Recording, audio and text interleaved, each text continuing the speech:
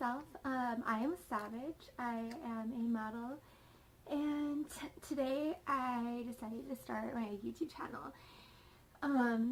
Today my first edition, actual video, is just going to be about me and my tattoos. I've been actually requested for my tattoos and what they mean for a while now, and I've just been so lazy to get around to it. So I will be telling you about my tattoos and also to let you guys know about what my channel will be about. Okay? Thanks. Okay, you guys. So we're going to start with my very first tattoo. My very first tattoo that I ever have gotten was when I was 17, and it was on the inside of my lip, and it says fresh because I thought it was fucking hilarious. But it's not really there anymore. It's kind of gone. I have one behind my ear. It's a peace sign, a heart, and a diamond. It's just, I used to be like a super big hippie back in the day. I kind of still am. The heart is to show that I have love, and the diamonds because it's my birthstone. Let's see, sorry, I keep on moving around.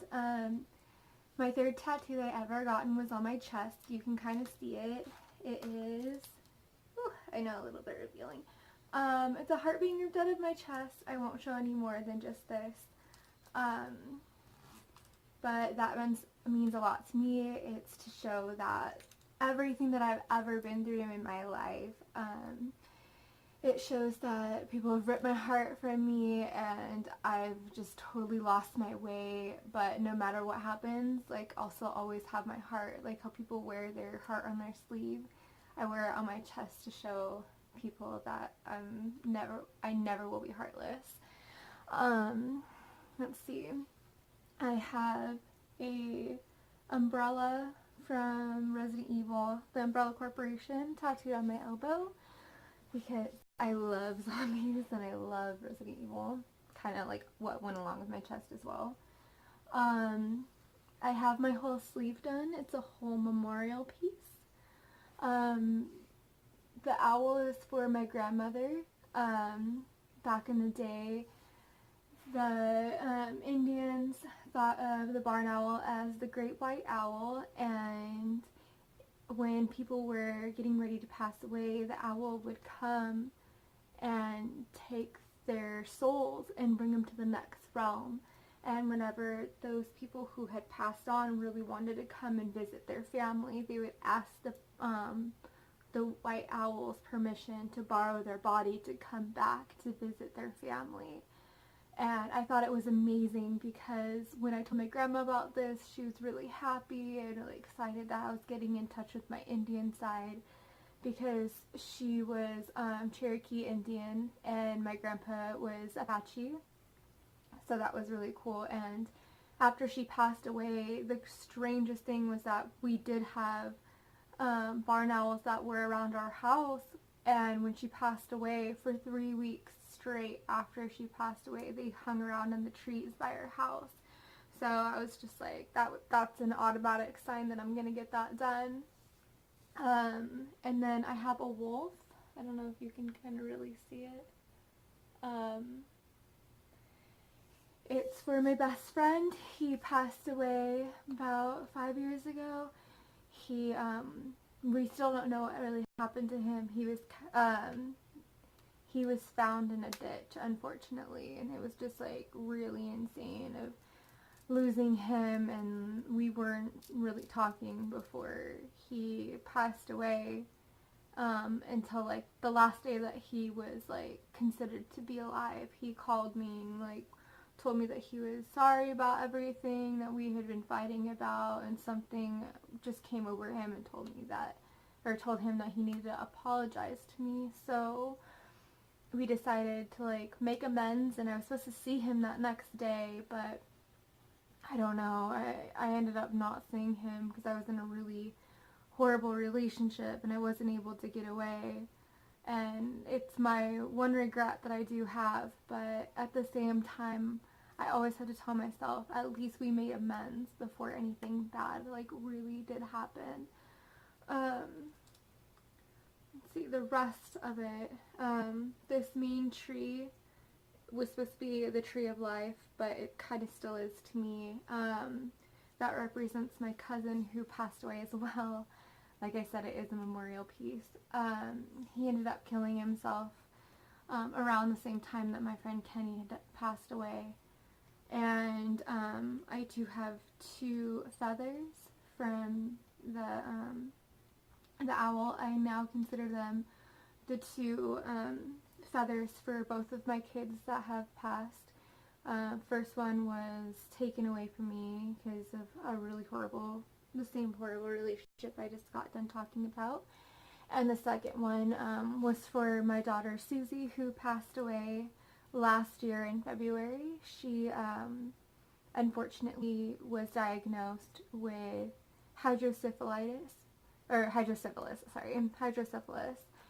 and that is water on the brain. She also had deformalities, and she just wasn't going to survive. It was actually our whole process of the whole pregnancy was just not good since the beginning. It was a really scary and crazy thing that I had to experience.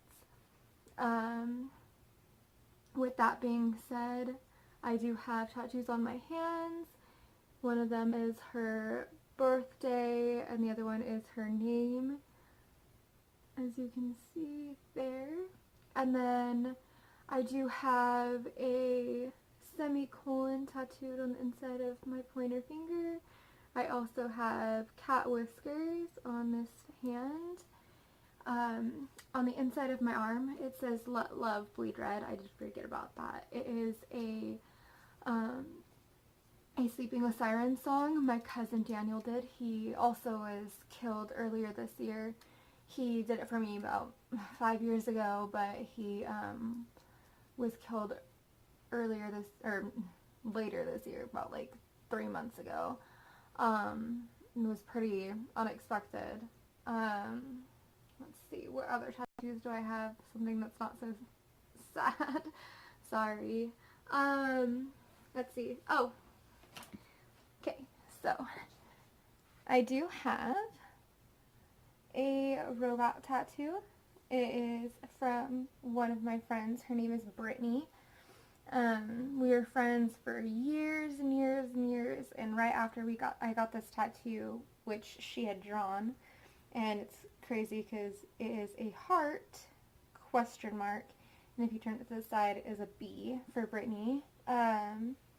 After I got this done, we ended up not really being friends, and then a while later we ended up being friends again. I don't know, we were just kind of stupid young kids, and we always fought, and I don't know, we're adults now and we're a lot better. Then I do have roses tattooed on my calf. Oh, sorry. That was just done by the same guy who did my, my umbrella. He was supposed to be tattooing somebody else, and the person just kept on bailing out, and he was like, "Do you want to get tattooed again?" And I was like, "Yeah, definitely." He ended up just doing this, and I absolutely loved it. I went in like not expecting that. He's usually a traditional kind of person, and he did like a traditional realism kind of tattoo, and I was absolutely in love with it. I think he did a really amazing job. Let's see, I have 2 more for you. I have one on my foot. It says Queen, because I don't feel like I should just be treated like a princess. I think I should be treated like a queen. Also, what's really funny is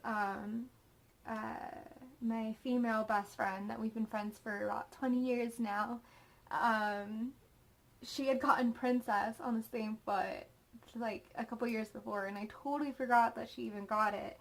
And I went and got this done, and I went to go show her, and she's like, "Oh my gosh, look."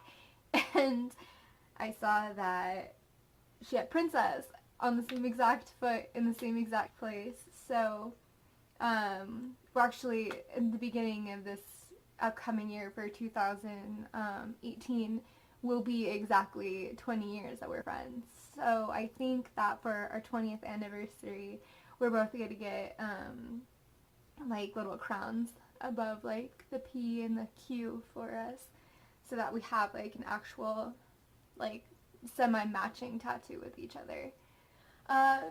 My last tattoo that I will show you guys that I do have is on the back of my thighs. It is an OTEP song. It says "Perfectly Flawed." So I don't know if you guys can see it or not.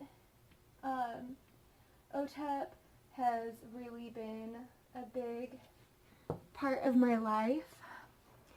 She has gone through so much stuff. She has gone through so many crazy, crazy things in her life, and her music really does speak to me. And when I was growing up, I was really self-conscious about who I was and what I was doing with my life and how I looked on the outside. I was always like one of the boys and never knew how to like really be pretty because I played paintball all the time. I was so grungy and just a very strange child growing up. I also was a really, really big nerd, and people just made fun of me constantly when I was in like middle school and high school, and I never really like thought I would amount to anything because of how people treated me. And I just, like I said, I just never thought it was good enough, ever. And as soon as I heard OTEP's "Perfectly Flawed" and how she was just saying that, like, you know, no matter who you are, like, everybody has flaws and that's what makes you perfect, like, I was so taken back by that. And then when I looked into who she really was and how she came to be and everything, it just really made me so happy and helped me push to be who I am today, and like wanted to be like a voice for so many different people. So that's what really inspired me by her, and that's why I have that song tattooed. Okay, so since we've already gone over all of my tattoos, I did want to kind of tell you guys about my page.